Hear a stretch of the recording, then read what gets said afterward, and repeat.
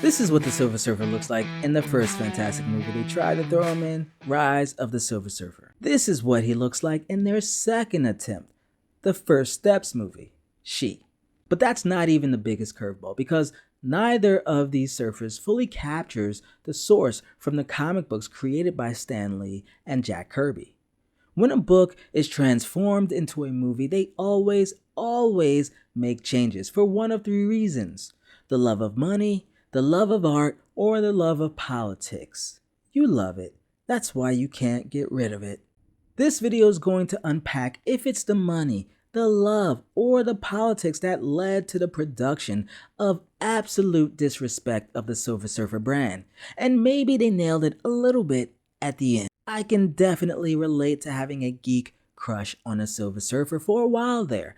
Not just because of his off-the-chart levels of power that most superheroes can't touch, but because his vibes are cool, man. Like a cosmic philosopher, just cruising, contemplating, baby. There's a lot to think about in a big universe. So many experiences, and each one opens new questions and new adventures. Even within the smallest bit of matter, an endless cosmos may exist. For size is ever changing, ever relative, and the sun and planets I see before me prove beyond all doubt that there have always been and always will be worlds within worlds. Wow, that's some deep stuff. Which is why this is a version of the Surfer Marvel movies just aren't ever going to be built for. This is a case of both the Rise film and First Steps landing on the side of making the most money humanly possible. It's not about art. It's not about politics. This is about the fact that moviegoers and buyers are far more accepting of strong action sequences than they are of heady, abstract pondering about life and love and existence. They've done the focus groups. They've got the numbers. It's not that deep. It's a movie. You want deep? Go read a book. This is Hollywood. Here's where things take a turn between 2007's Rise of the Silver Surfer and 2025's First Steps. In the first movie, the surfer acts like a chrome alien action figure who speaks without much emotion, even when he's clearly supposed to be feeling something.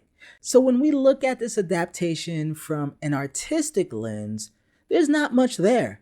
There's a lot of cool action, but not much else. Now, if it were a political adaptation, someone or some group would gain something. But the only thing they stood to gain is lots of money. So they played it safe with a dude who's surfing in the sky, has got metallic skin, and takes on the military. Now, love it or hate it, transforming the Silver Surfer from a man into a woman for the First Steps movie is pretty risky.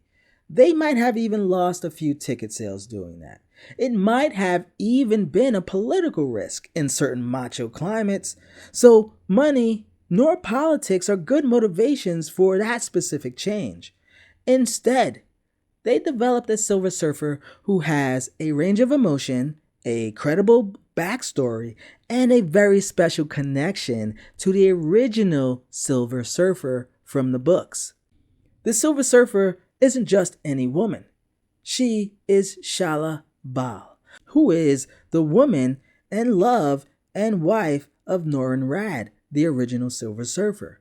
Shala is half of the reason that Norrin becomes the Silver Surfer in the first place, to protect her and his homeworld from Galactus. But they make it a very clear plot point that this Fantastic Four is not from the comic book universe. This Fantastic Four is not even from the universe of the Avengers who fight Thanos, which means that in this Fantastic Four's timeline, this universe, it's not Norrin Radd who makes that ultimate sacrifice to become the Silver Surfer. It is his wife instead. This is an artsy way of telling multiverse stories, where a choice comes down to two people in a 50-50 split that splits timelines in completely different directions. Just like when Hawkeye and Black Widow fight for the Soul Stone. It was 50-50. One of them was going to make that sacrifice. We watch a timeline where Black Widow does, but we can easily imagine another timeline where it's Hawkeye who dies first. So in Fantastic Four First Steps, it's not Norrin Radd who makes the sacrifice, it's Shalabal. So what's the takeaway here? If you're going to do a gender swap, don't just do it to be equitable. Do it because it supports storytelling at a higher level. So it's obvious that neither one of these movies really captures the iconic Silver Surfer from the comics who constantly questions freedom and power and what it means to love and be alive. But we can see that one of them clearly comes closer to that original vibe. One of these movies, viewers are treated to the special level of hell that is the life as a herald to Galactus. One of these movies dives into how the Surfer gives up everything to protect their people, but has to become a slave to destruction for so many other planets. And only one of these movies gives us a Silver Surfer who is more of a melancholy deathbringer, who takes no joy in destroying Earth. That movie is Fantastic Four First Steps. It just goes to show that Marvel Studios isn't afraid to embrace mythic roots while throwing in emotional content. Maybe that's why Disney fit well with Marvel to begin with, because both of these companies, Marvel and Disney, have always been just as much about feelings as they are about fights and action. It's not a competition, but 2025's First Steps clearly cuts deeper than 2007's Rise, showcasing the truer nature of the Silver Surfer, despite the gender swap. Of course, they want to make money, but the takeaway is telling better stories always makes plenty of money. First Steps didn't need to sacrifice artistry for the sake of making money.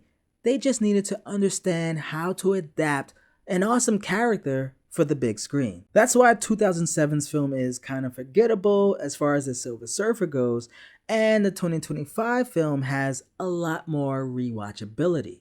They let the storytelling do the heavy lifting. But what do you think? Have you read Silver Surfer? Have you watched either or both films? Let me know in the comments. Let's get into it. Follow LitFlix for more breakdowns of comic books adapted into movies we love.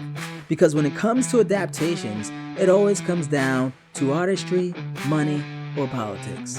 Thanks for watching. I'll talk to you next time.